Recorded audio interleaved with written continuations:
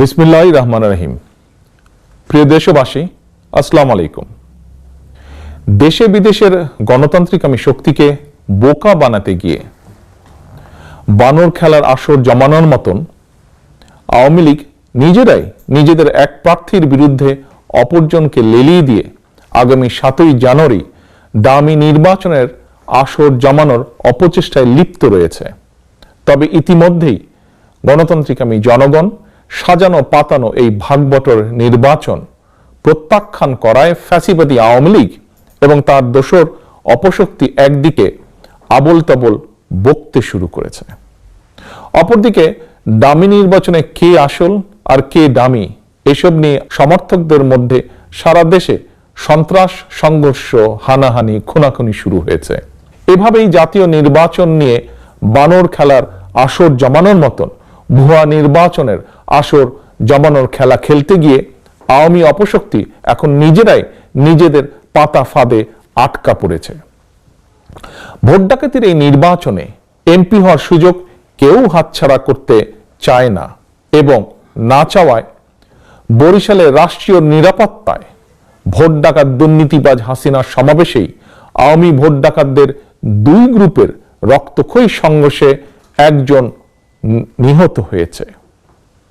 প্রিয় দেশবাসী, এমন নৈরাজ্যকর অবস্থা থেকে জনগণের দৃষ্টি ভিন্ন খাতে প্রবাহিত করতে আওয়ামী মাফিয়া চক্র বাংলাদেশের সবচেয়ে জনপ্রিয় গণতান্ত্রিক রাজনৈতিক দল বিএনপিকে তাদের মিথ্যাচার, অপপ্রচার আর প্রতিহিংসার টার্গেটে পরিণত করেছে। ফ্যাসিস্ট হাসিনা, দুর্নীতিবাজ হাসিনা বিএনপির বিরুদ্ধে সর্বগ্রাসী ষড়যন্ত্র শুরু করেছে।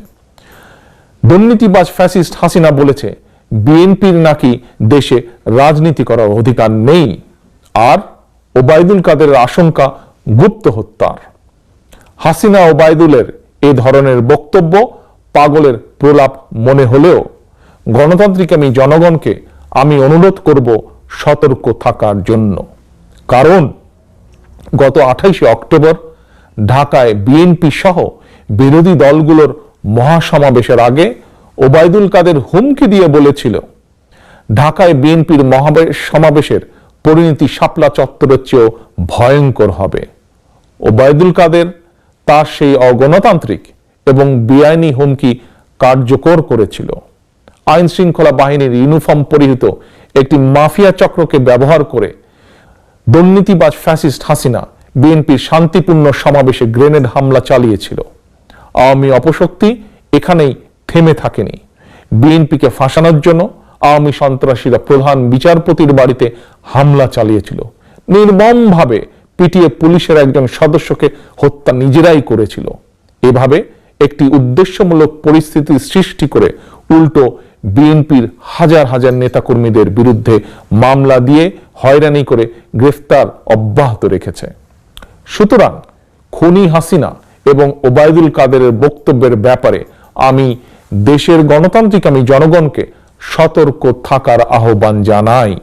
কারণ বিএনপি সহ গণতন্ত্রের পক্ষের দলগুলোর আশঙ্কা আওয়ামী লীগ এবং তাদের দোসরদের মধ্যে কে আওয়ামী লীগ আর কে ডামি, কোন মার্কা আসল আর কোনটা নকল, এইসব নিয়ে ভাগবাটোয়ার ভুয়া নির্বাচনকে কেন্দ্র করে হানাহানি, খুনাখুনি শেষ পর্যন্ত মাফিয়া চক্রের নিয়ন্ত্রণের বাইরে চলে যেতে পারে। ফলে পরিস্থিতি সামাল দিতে দেশের জনগণ থেকে এবং বিদেশের গণতান্ত্রিক শক্তি থেকে বিচ্ছিন্ন আওয়ামী লীগ ইচ্ছাকৃতভাবে দেশে একটি অরাজক পরিস্থিতি সৃষ্টি করতে পারে এবং তার মাধ্যমে জনগণের দৃষ্টি ভিন্ন দিকে নেওয়ার ষড়যন্ত্রেও তারা লিপ্ত। ওবায়দুল কাদেরের আগাম কথায় আরো আশঙ্কা বেড়েছে।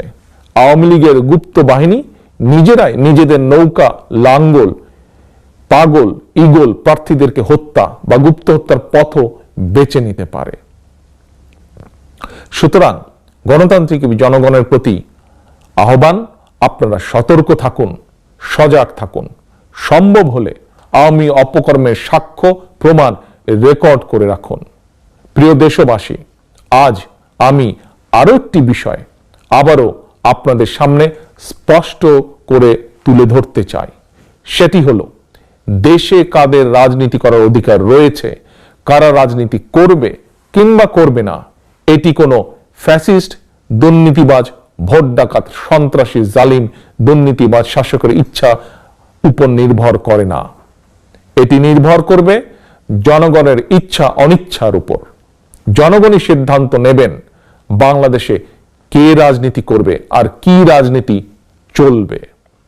1975 সালে নিজেরাই নিজেদেরকে নিষিদ্ধ করার পর স্বাধীনতার ঘোষক জিয়াউর রহমানের বদন্যতায় দেশে পুনরায় স্বনামে রাজনীতি করার সুযোগ পেয়েছেন আপনারা। সেই ইতিহাস স্মরণ করুন। মনে রাখবেন, র্যাব পুলিশের বন্দুকের জোরে নয়, শত জুলুম নির্যাতনের পর বিএনপি টিকে আছে সারা দেশে কোটি কোটি জনগণের সমর্থনে। বিএনপি কারো করুণার উপর নির্ভর করে রাজনীতি করে না। বিএনপি বাংলাদেশের দল। বিএনপি জনগণের ভালোবাসায় ধন্য বাংলাদেশের স্বাধীনতার ঘোষকের দল।